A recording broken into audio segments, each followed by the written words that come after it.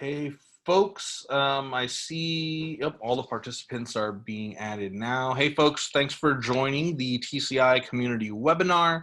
We're going to get started in just a second. I know we have a bunch of folks joining on the call right now. I see the number jumping up, so great to have you all. And of course, to all the folks out there who may be watching the recording a little bit later, thanks for joining us. We're going to get started in just a couple minutes once we have everybody on board. But just to give folks a heads up on some of the features, if you haven't been on a Zoom call before, so right now all of your videos and microphones are muted, but at the bottom of your screen you should see a button, Q&A button for questions, or a question button.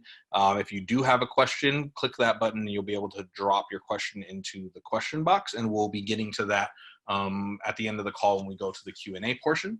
And also, if you are leaving a question, if you can please just include your state, just so we have a sense of sort of where you're coming from and we know who maybe the best person to answer the question is. But we're going to get started in just a minute or two, so hang tight, folks.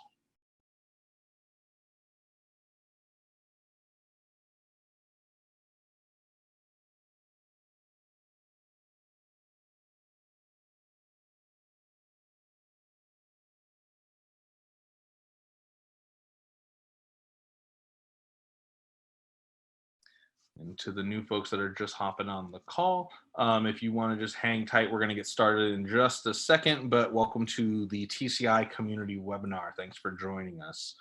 We'll be on with you all in just a minute.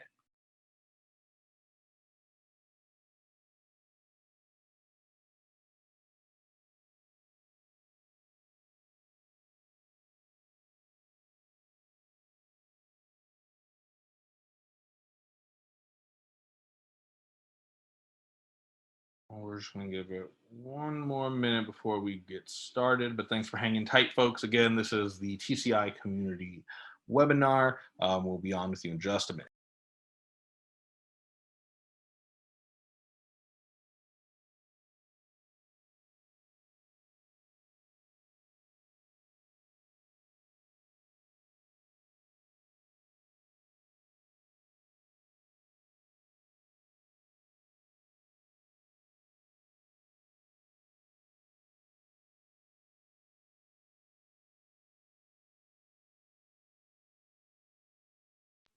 Okay, well, we're going to go ahead and get started.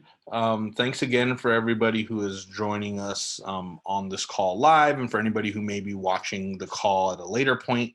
This is the Transportation and Climate Initiative Community Webinar. We have a few panelists here from a couple different organizations that we'll introduce in just a second. But thank you all for joining. Like I said, once again, if you have any questions that come up during this call, on the bottom of your screen, there's a button, a Q&A or question button that you can press and leave a question for us. We're just asked that if you can please include your state or your state abbreviation, just so we know where you're coming in from. And we'll make sure during the Q&A section that we get to those answers as well.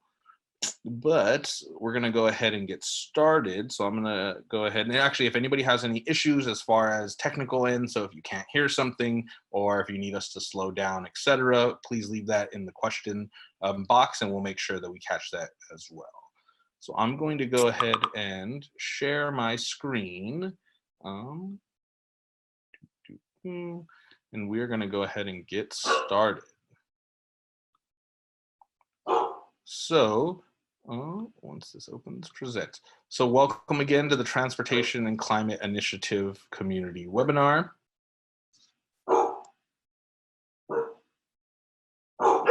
As it loads.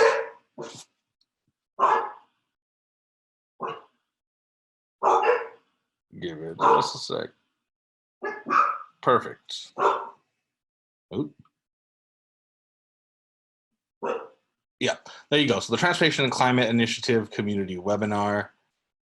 So today on the call, this is the agenda. We're going to do some quick intros, which I'm doing now. We're going to go through a Green for All quiz and an overview of what the Transportation and Climate Initiative policy is for the region.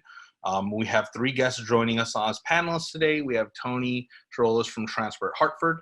We have Penny Dryden from Delaware Concerned Residents for Environmental Justice, who is on the call.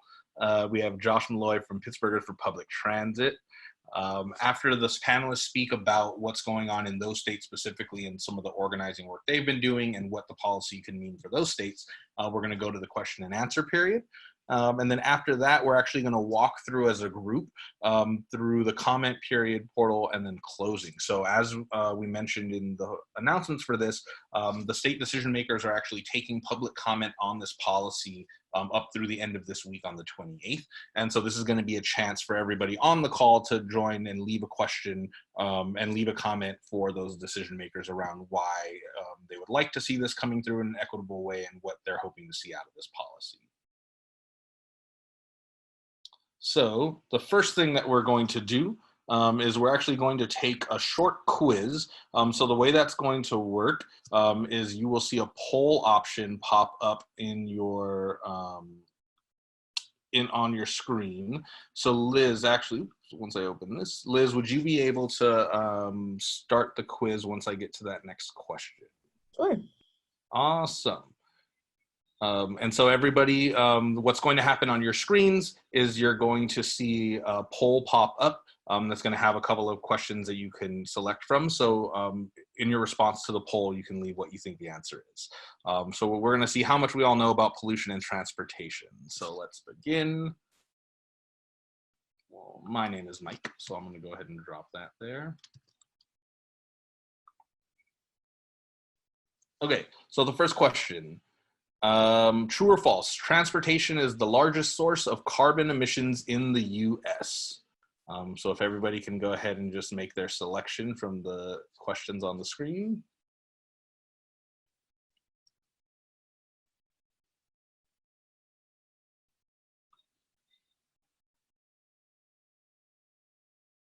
So once again, true or false? Transportation is the largest source of carbon emissions in the US.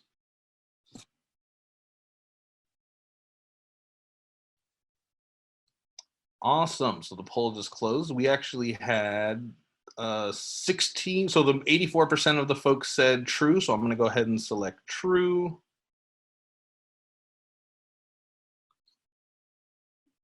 And transportation surpassed. So great job, folks. The answer is true. Transportation surpassed power plants as the largest source of carbon emissions in 2016. And it's the only sector where emission levels continue to rise. So we're going to go on to the second question. So what type of air pollution comes out of tailpipes? Soot, smog, carcinogens, or D, all of the above?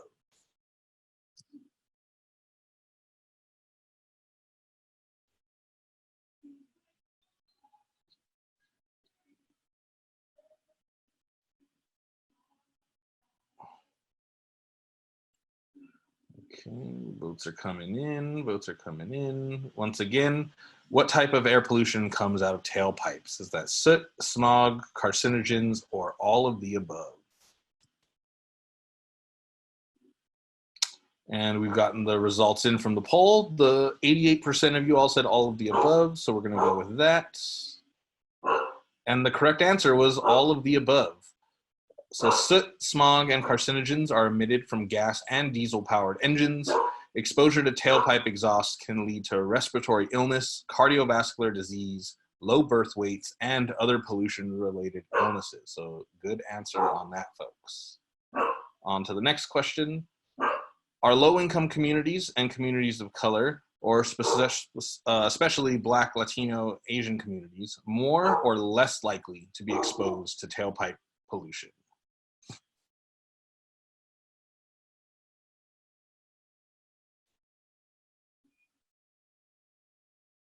So we'll have those answers coming in. Oh,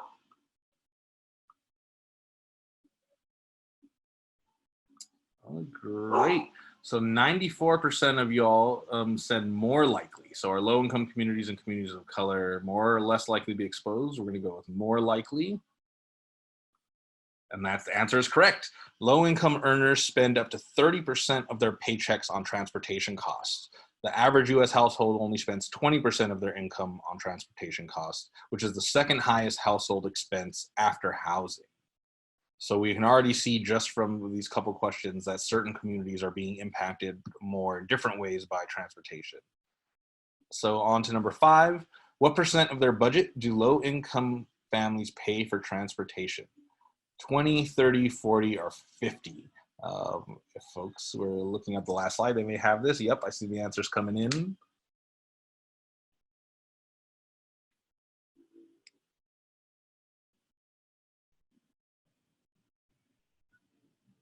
So once again, what percent? Yep, we have the final polling. So 60% of folks said 30. So we're going to go with that answer. And correct. Transportation accounts for the second highest household expense. And the average US household spends 20% of their income on transportation costs. But low income earners spend up to 30% of their income on transportation costs. So we already see the disparity of 10% there. On to the next question. Traffic. We all dislike it, but how much does it cost the US economy? 124 million, 87 billion, 1 trillion, or zero cost? So how much does traffic cost the US economy? And we see the answers coming in.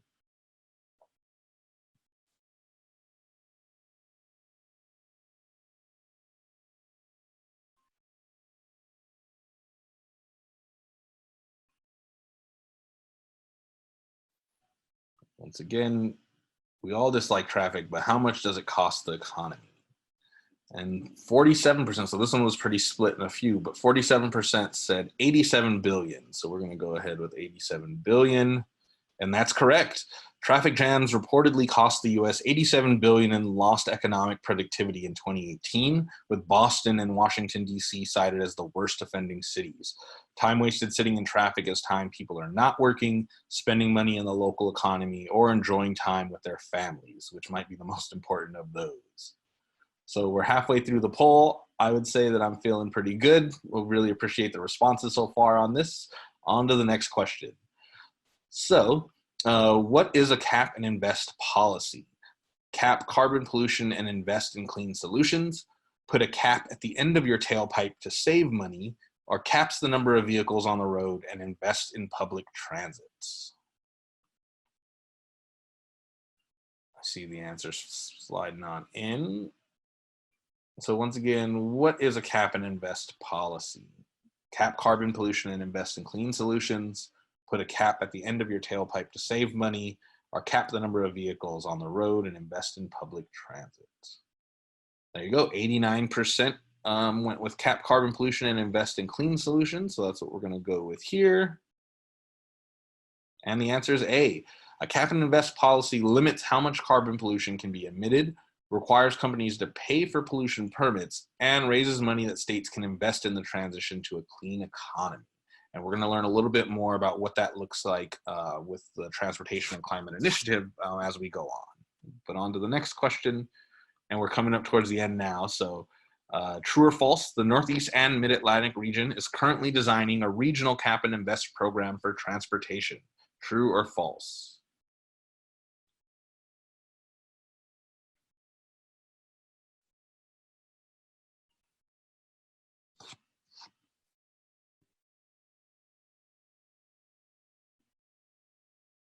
Once again, true or false, the Northeast and Mid-Atlantic region is currently designing a regional cap and invest program for transportation. We had 65% coming in with yes, so that's what we're going to go with.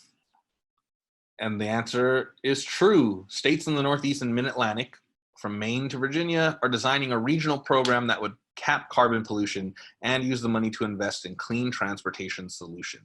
It's called the Transportation and Climate Initiative, or you'll hear a lot of us referring to it as TCI on today's call. So coming to the end of the quiz now, we have how much money could a cap and invest program generate? Thousands, hundreds of thousands, millions, or billions? And remember, we're looking at this policy, which is stretching across the Northeast and Mid-Atlantic region.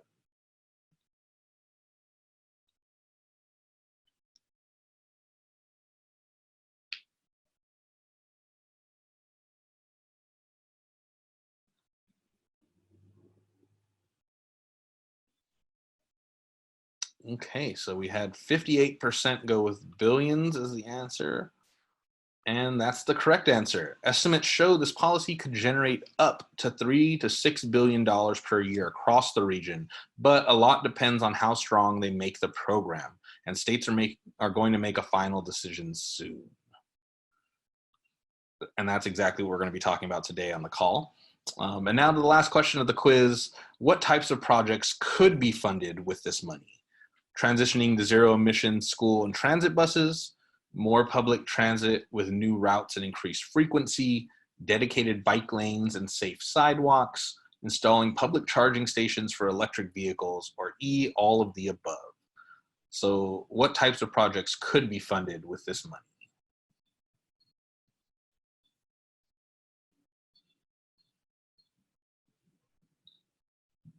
Okay, we had 100% of folks go with E, all of the above, so that's what we're going to select.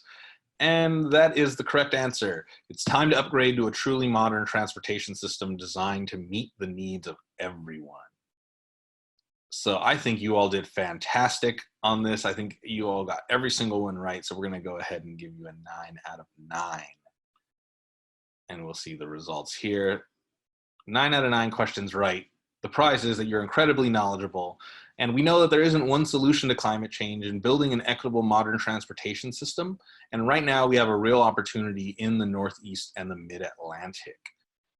So we're going to come on back to the presentation. And thanks again for all the folks that jumped in and were participating in that. Hopefully it gives you some of the background information that'll be helpful as we go along today. So we're going to be talking about designing an equitable cap and invest policy for transportation. Ooh. So right now, the Transportation and Climate Initiative, we're working to develop a clean, equitable, modern transportation system in the Northeast and the Mid-Atlantic regions of the US. Our goal is to make polluters pay for the pollution and invest in clean transportation solutions in low-income communities and communities of color that are most impacted.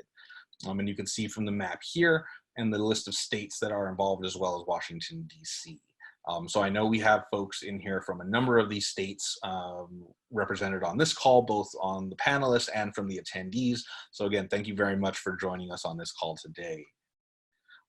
So here's a quote from Green for All's National Director, Michelle Romero, talking a bit about this kind of policy and why it's important. So carbon pricing must be intentionally crafted to rectify environmental injustice. It's not enough to say that there's potential that you'll benefit. We have to, in the actual policy, write criteria that's going to ensure real benefits. And that's part of the reason why something like a public comment period is so important, because it's a chance for the state decision makers to really hear from community members of what are the pieces that are then important to them. And also, as we talk about how this policy has come about, the reasons why some of the groups that are on this call and organizers throughout the region have been working very hard to make sure that it's done in an equitable way, because we really want this to be something that's impactful for the communities most affected. So this is Green for All, what Green for All's role has been so far. We've been working with community partners throughout the region, helping elevate and uplift voices of the folks that are most impacted, and making sure that they have the resources and the tools that are needed to speak on their own behalf so that no one's left behind in this transition to a green economy. And I know I see Josh right here next to our National Director, Michelle, and you'll be hearing from Josh in just a second as well. So the way that we've been doing this work is starting by listening to different community partners, hearing their concerns, learning what solutions they want to see in their own communities, and then translating that to ways that we can achieve that transition through a policy action. And what that's looked like is in February 2019, so all the way back towards the beginning of last year, we had 32 representatives from different equity, environmental justice, community, transit, labor, and social justice organizations meeting in Philadelphia at the Northeast Transportation Equity Convening. So we helped bring together a group of these folks from across the region. In May 2019, we had community partners attending a TCI workshop in Newark, New Jersey to bring up their concerns and elevate questions around what this policy would look like and how it could be implemented. And then in July 2019, we had racial, economic, environmental, and transit justice organizations submitting a letter to TCI officials that were outlining our policy design principles for an equitable, clean transportation program. And so like Michelle had said in that quote earlier, it was really important that in the policy itself, it spells out the different ways that these funds are going to be used, the kinds of programs and or communities that they're going to be used to impact. And so it's really important that through this process, we got these things written into that policy. And so after the group signed on to a 10-point policy recommendation for states, the states are mulling over these potential pieces to include in the final overall policy. So we're not going to go through each of them now and sort of the ways that they show up and look and the different sort of bullet points for each, but this will be information that will be shared to folks after the call, so you can read through the longer pieces if you would like. And this was from an equity toolkit for TCI that Green for All helped put together. So for one, we don't want to let polluters off the hook. We want to make sure that the folks that are causing this pollution are held accountable. Conducting an equity analysis to make sure that we know what the impacts are, and making sure both in how the funds are collected and or spent out. We want to ensure that communities are at the table. So again, throughout this process, it's been very important to have the communities that are working in these states on the ground and the organizations and groups to be at the table, having their voices heard. We want to make sure we're dedicating investments for disadvantaged communities. We want to set funding criteria to maximize the co-benefits. We want to make sure that the policy protects against discrimination. We want to guarantee that emission reductions in frontline communities are prioritized. We want to ensure fairness for workers and communities. We're looking to recover value for public good, and then protecting against displacement. So we know that policy touches in, transportation policy touches into so many different areas beyond just what it looks like on the surface. And these are the 10 points that the coalition put together, along with sort of further bullet points around the kind of things that needed to be in this policy to make sure that it was equitable. So what we're going to do now is I'm going to swing it over to our first panelist. So Tony, I'm going to go ahead and get a stop share there.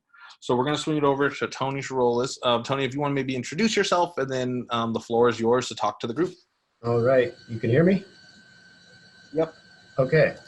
Going to screen share now. And is that visible for everybody? Yes, indeed. Good there, Michael. Okay. So I'm with Transport Hartford at the Center for Latino Progress. We're a community-based organization here in Hartford, Connecticut, doing most of our work in the Metro Hartford region.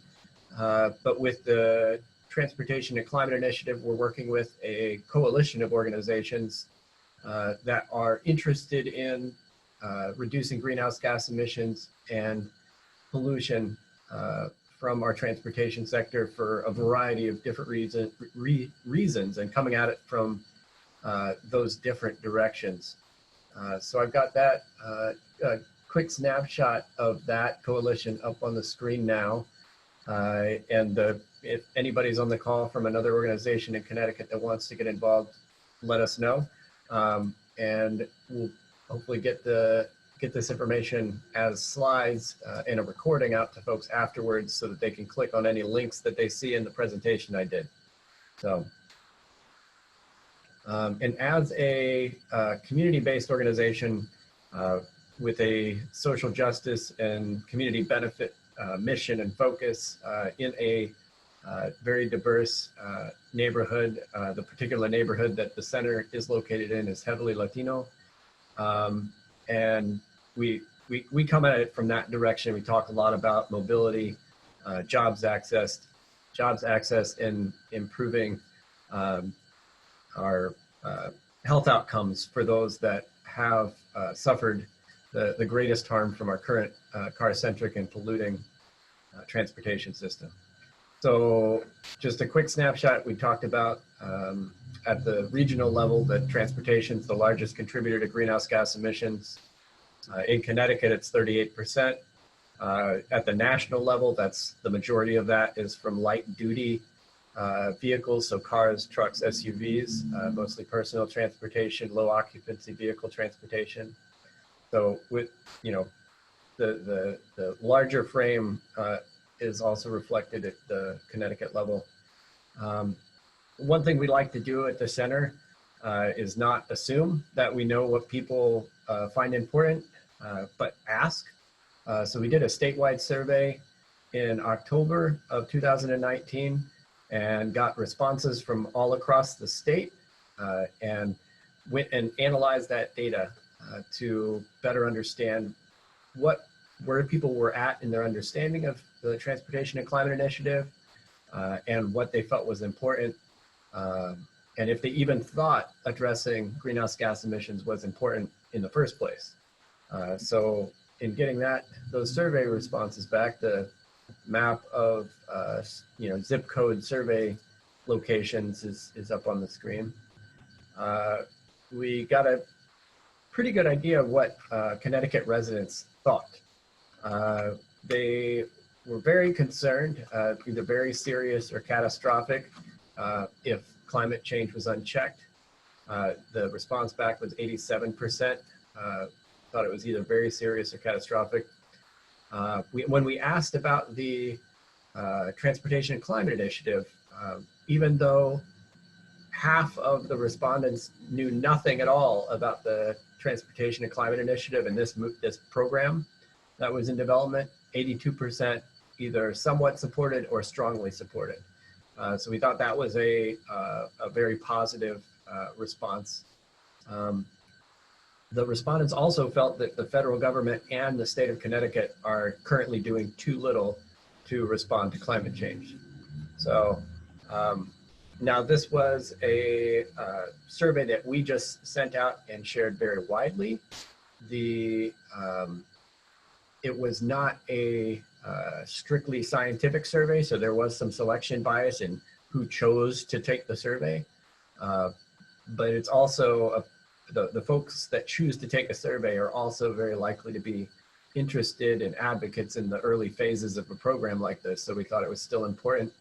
From that survey of the almost 1,000 people who took it, we received 200 emails back for people that wanted to be more involved in the process. So we found it very productive.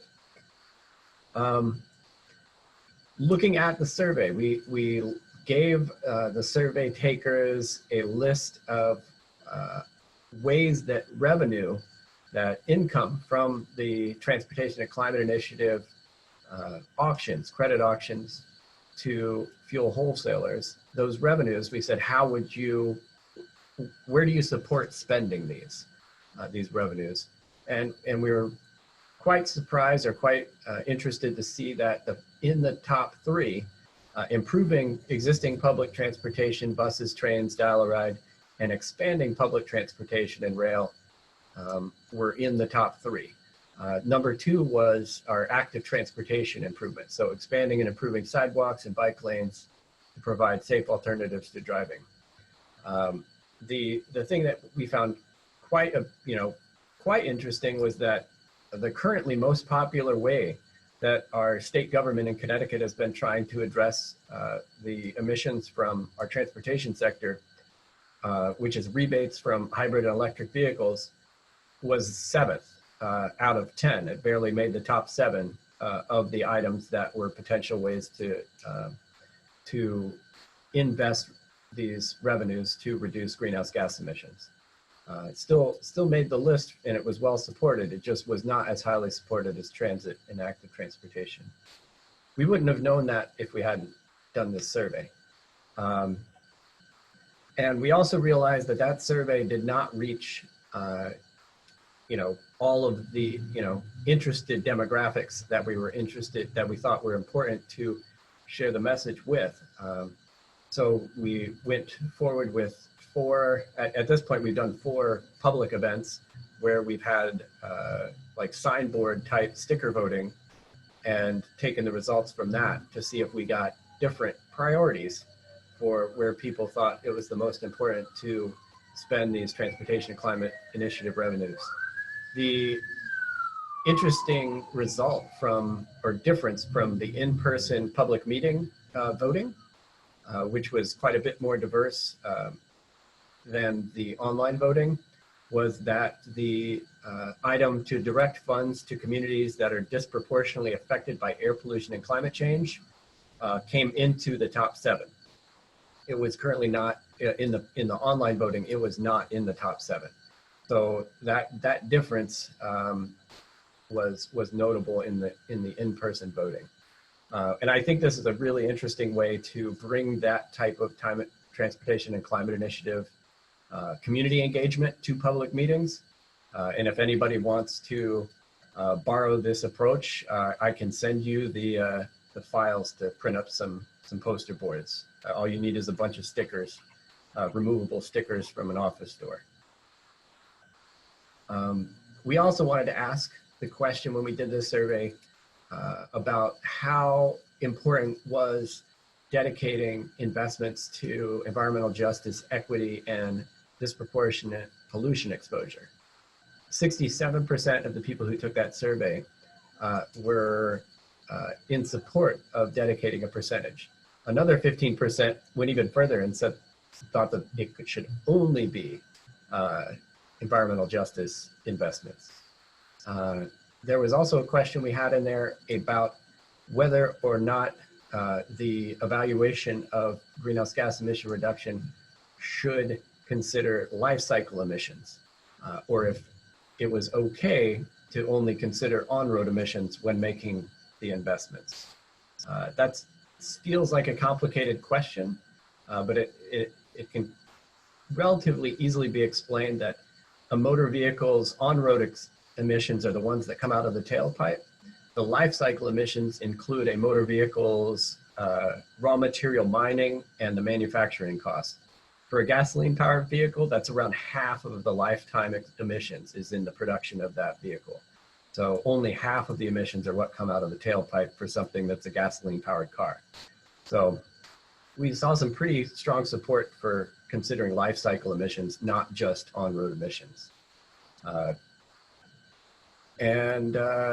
What we're doing next, we've got a current call to action to our Governor Lamont, who's been not very clear on his administration support for the Transportation and Climate Initiative.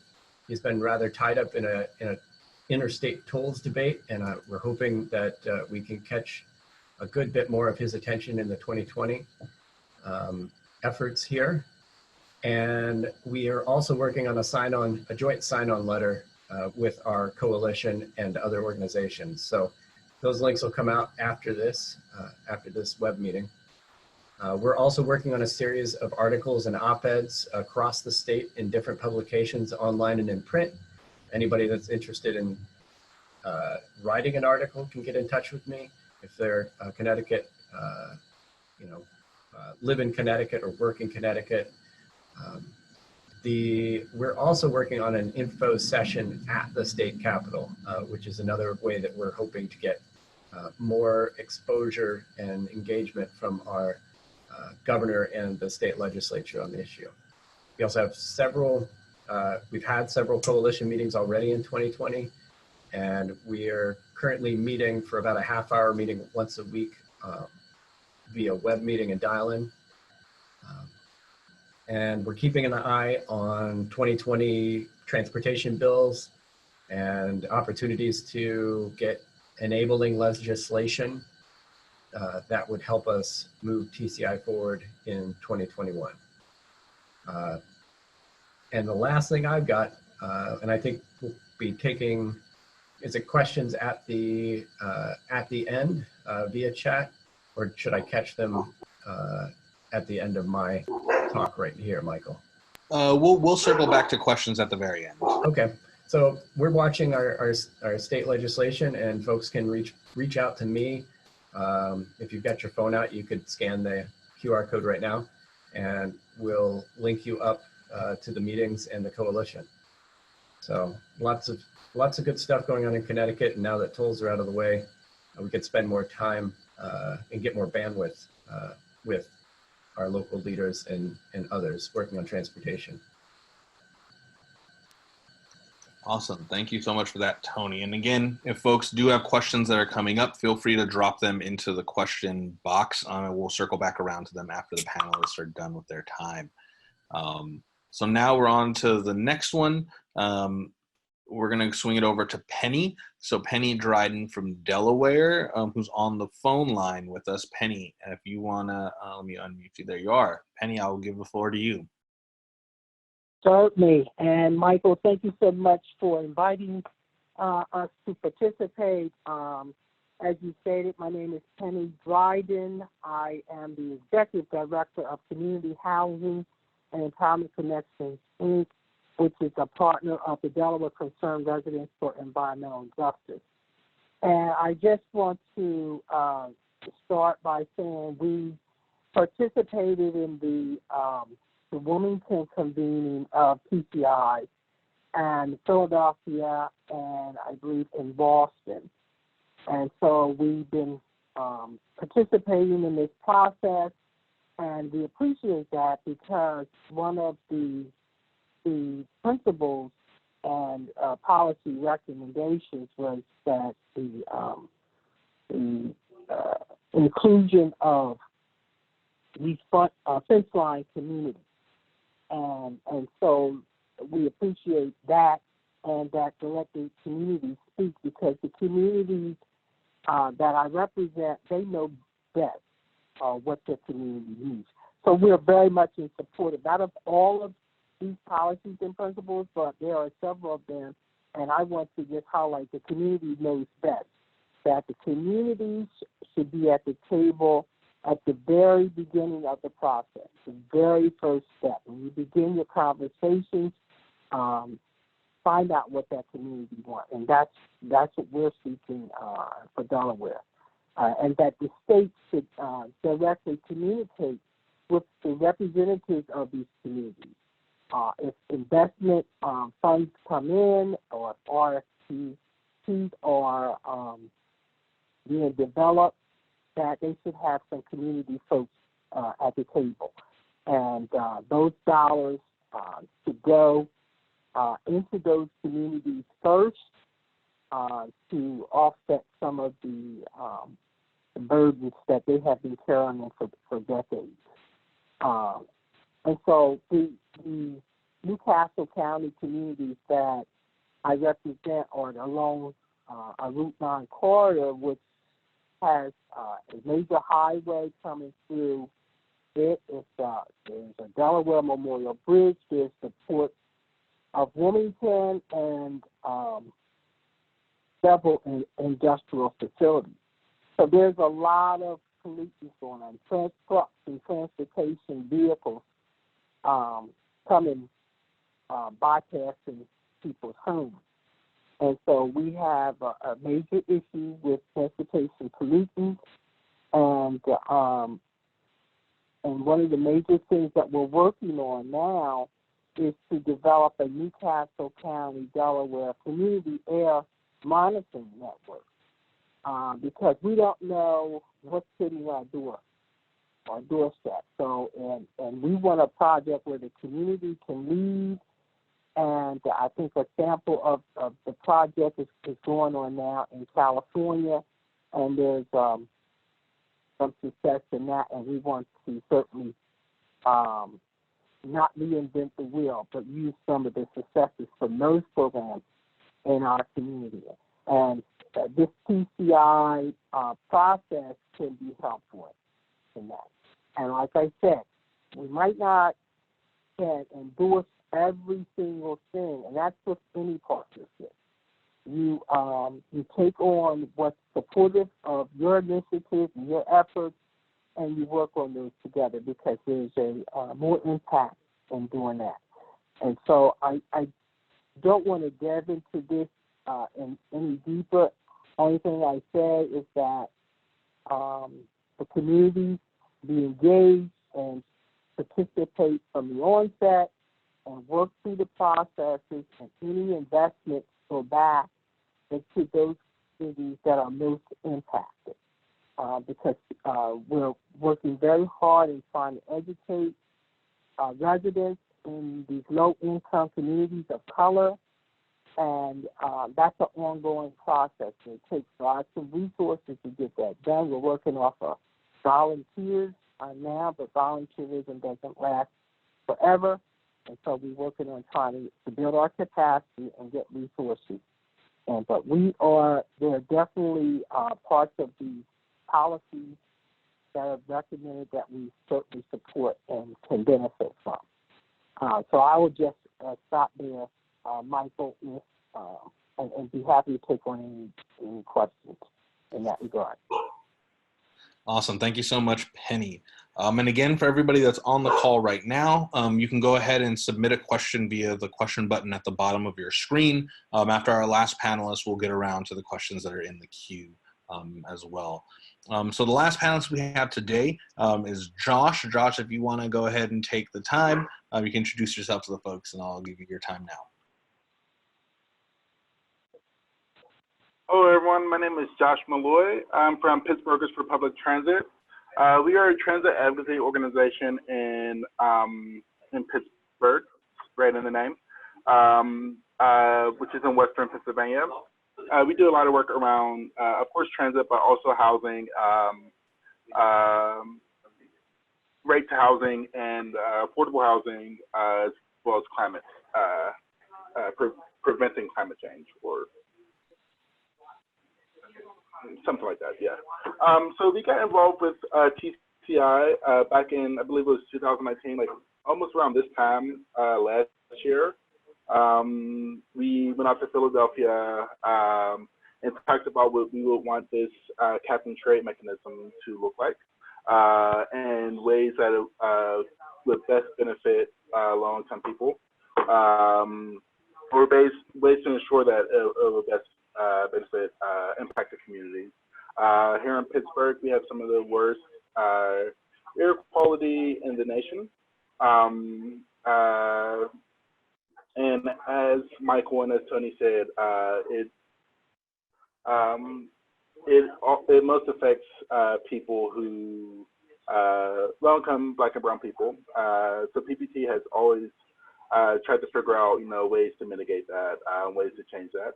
Right now, we're working on a campaign that would, in addition to TCI, we're working on a campaign that would call on our local government to take fines that are already they are already receiving, to fines from polluters that they're receiving, to use those fines to pay for free fair days in Allegheny County.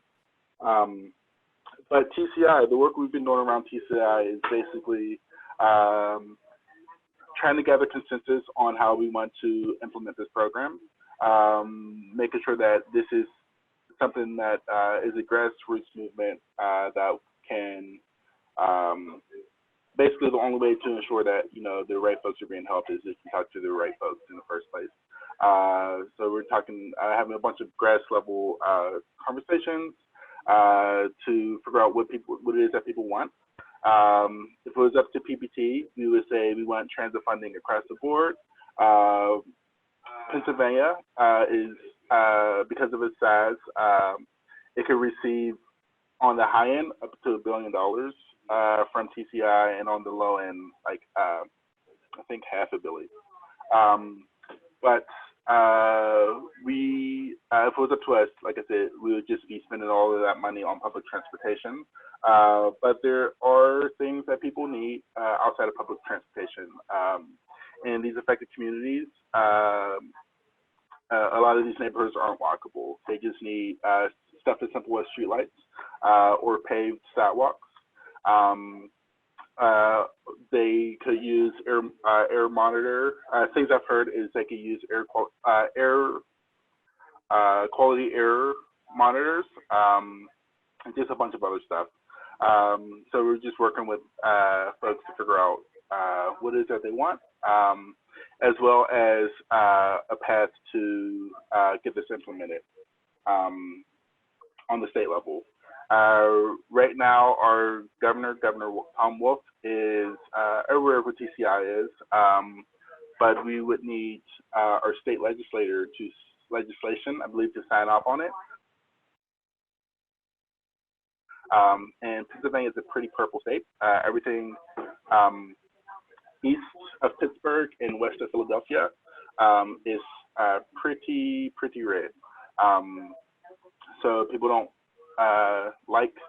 necessarily like the idea of doing anything to stop fossil fuels. But right now we're just trying to figure out a path to implementation. And I think we're coming up on something pretty soon. But we will see. I think that's basically it. If anyone has any questions. Awesome. Thank you for that, Josh. And so we're getting to the point now. So again, thank you for the folks that have been on, Penny and Tony as well, for talking a bit about what's going on sort of on the state level as we kind of did the framing around the larger and the region area. So again, we're going to open up the space for folks that have questions. I know there were a couple people that had hands raised. And then there were a couple folks that had submitted. So if you all want to just we'll give people maybe a minute or two kind of collect their thoughts, and feel free to drop anything in the Q&A section, and then we'll go to answering those in just a minute. So we'll give folks about a minute or two to collect their thoughts and add those.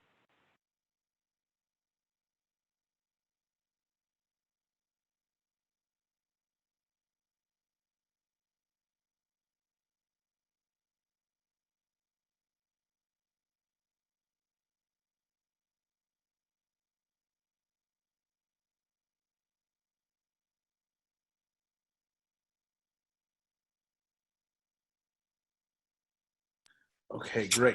So, and of course, folks can keep these coming in, but this is to just all three of the panelists on the question. So up to this point, and I know you all touched on it a little bit in your different portions, but how would you say that the various community groups and folks on the ground have been involved in the process so far?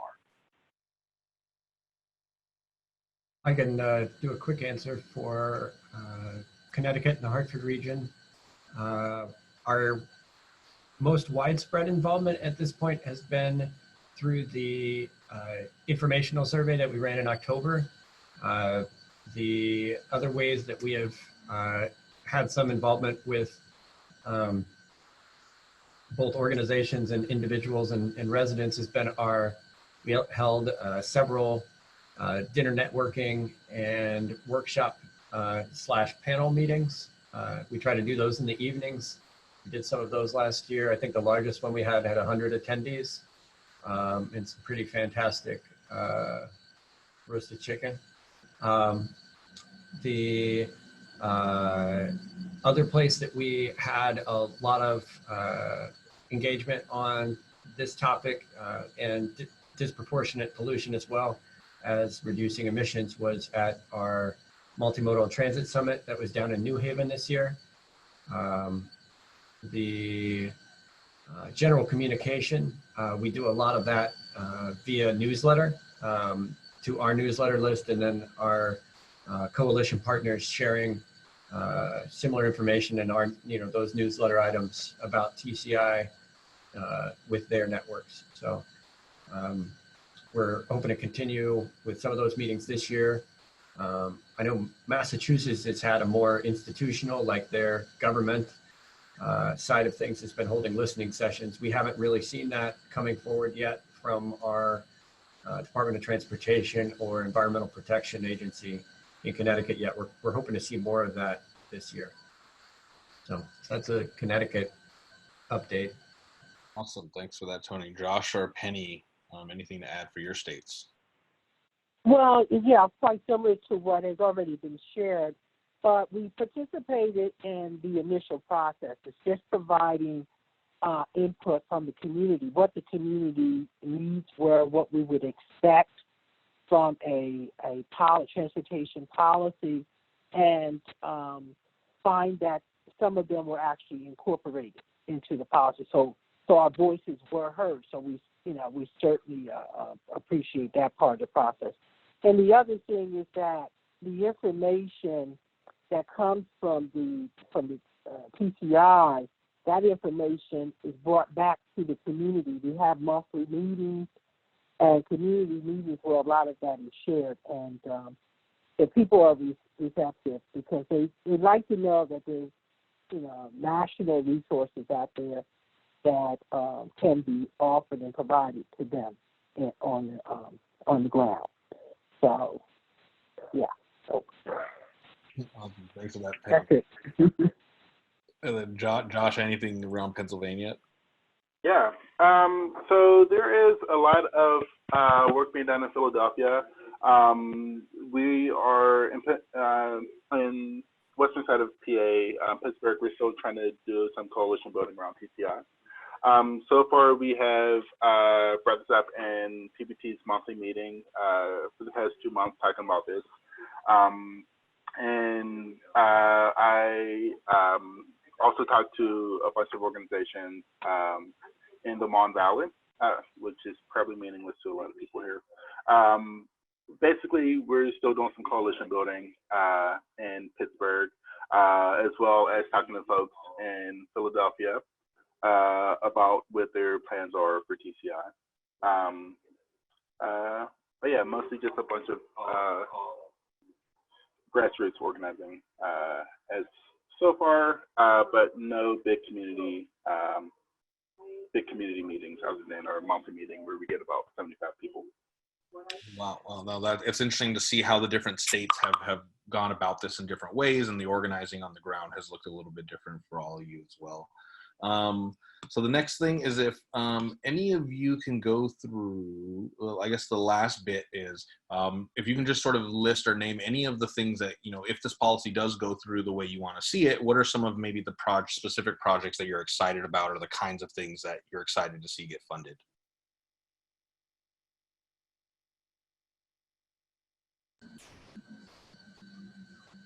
This is Tony. I'd go straight back to our survey and see what the people want. The respondents to the survey, both our in-person surveys as well as our online, were really excited about investing in top priority improving public transit. That would be increasing frequency, improving schedules on evenings and weekends, making routes faster, investing in bus rapid transit. Those are all things I think we'd be very excited about as potential ways to really put this revenue to work. Expanding transit where it can be expanded to serve populations that aren't currently connected was in the top 3, and then number 2 was active transportation, so safe routes for walking and biking. Which sounded like that was also in the interests in Pittsburgh. So, yeah, Pennsylvania, our funding source for public transit is about to run out, 2022. It's called Act 89. It makes up a bulk of our transit funding. So right now we're really scrambling in order to find out new sources of funding, what there will be, if that's, the billion or so dollars that we need to come on a yearly basis, if we could find that from the county or whatever. So we're thinking a portion of TCI could go towards that. But like I mentioned earlier, it would be selfish to just spend it all on public transportation, especially when there are so many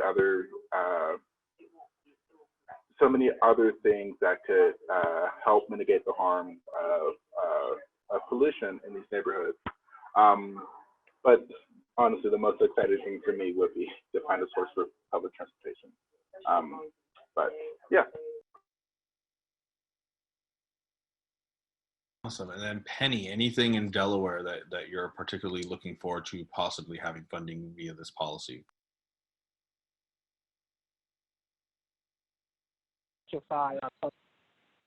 Our public transportation.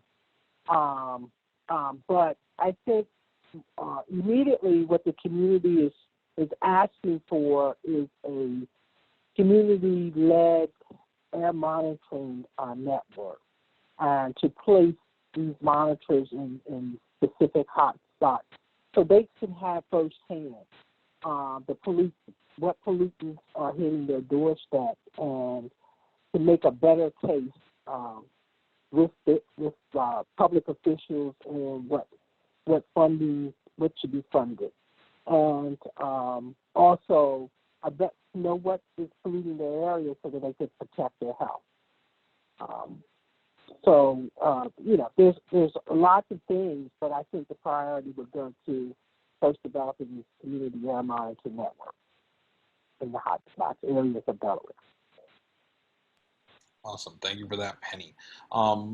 And for a few folks that have asked some questions that have been answered, that you can see them in the Q&A section under the Answered tab. There's some information there that folks have been responding to as well. But what we're going to do now is we're going to go ahead and actually move on to the comment portion of the call.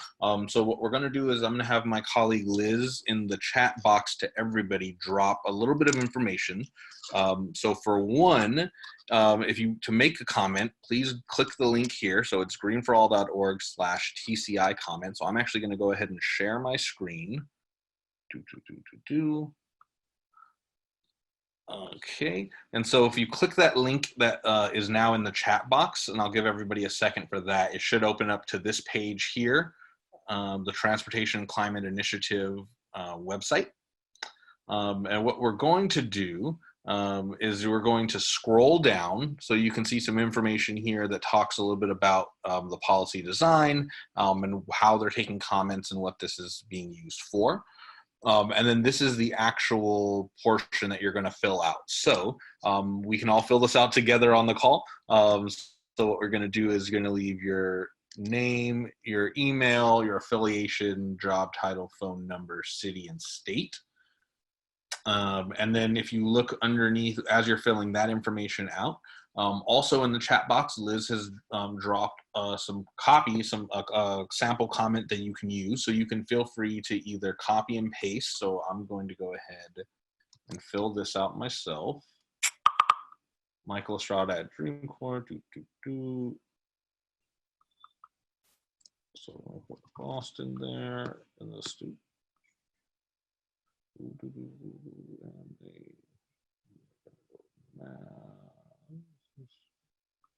And then in the sample box, you can go ahead and leave your comment, or you can copy and paste the comment that Liz has left here.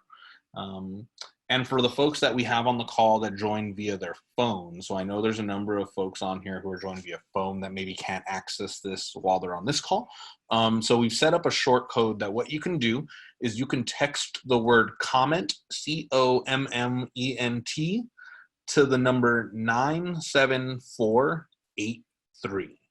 So once again, if you're on your phone right now, you can text the word comment, COMMENT, to the phone number 97483. And what that's going to do is you're going to receive a text message from Green for All that's going to ask and give you the link and the information for accessing this comment portal via your phone. So you'll receive the link to come to this web page, and you'll receive the sample comment that you can use. But I'm going to go ahead and put the comment here. We can cut poverty and pollution at the same time. We urge you to design a regional program that prioritizes the needs of communities overburdened with pollution and underserved in mobility options. And so what we're going to do after you leave your comment is you're going to hit upload. And what that's going to do is submit your comment to the state decision makers.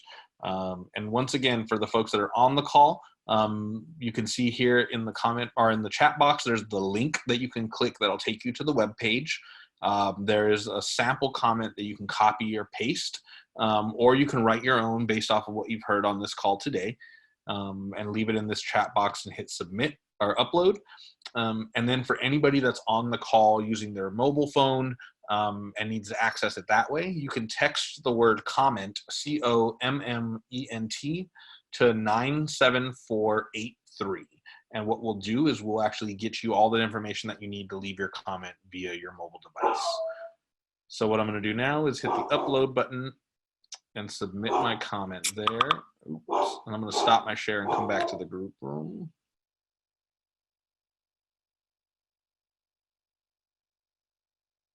Thanks for that info, Eleanor. So we're actually going to need to press the preview comment button before you hit submit. So when I preview my submission,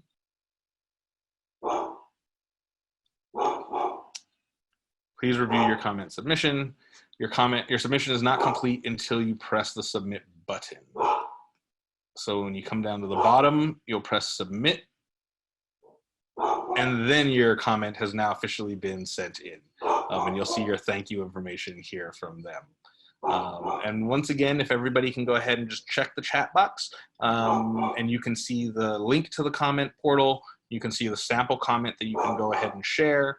And then we also have the information for anybody who joined via mobile that needs to text in their information.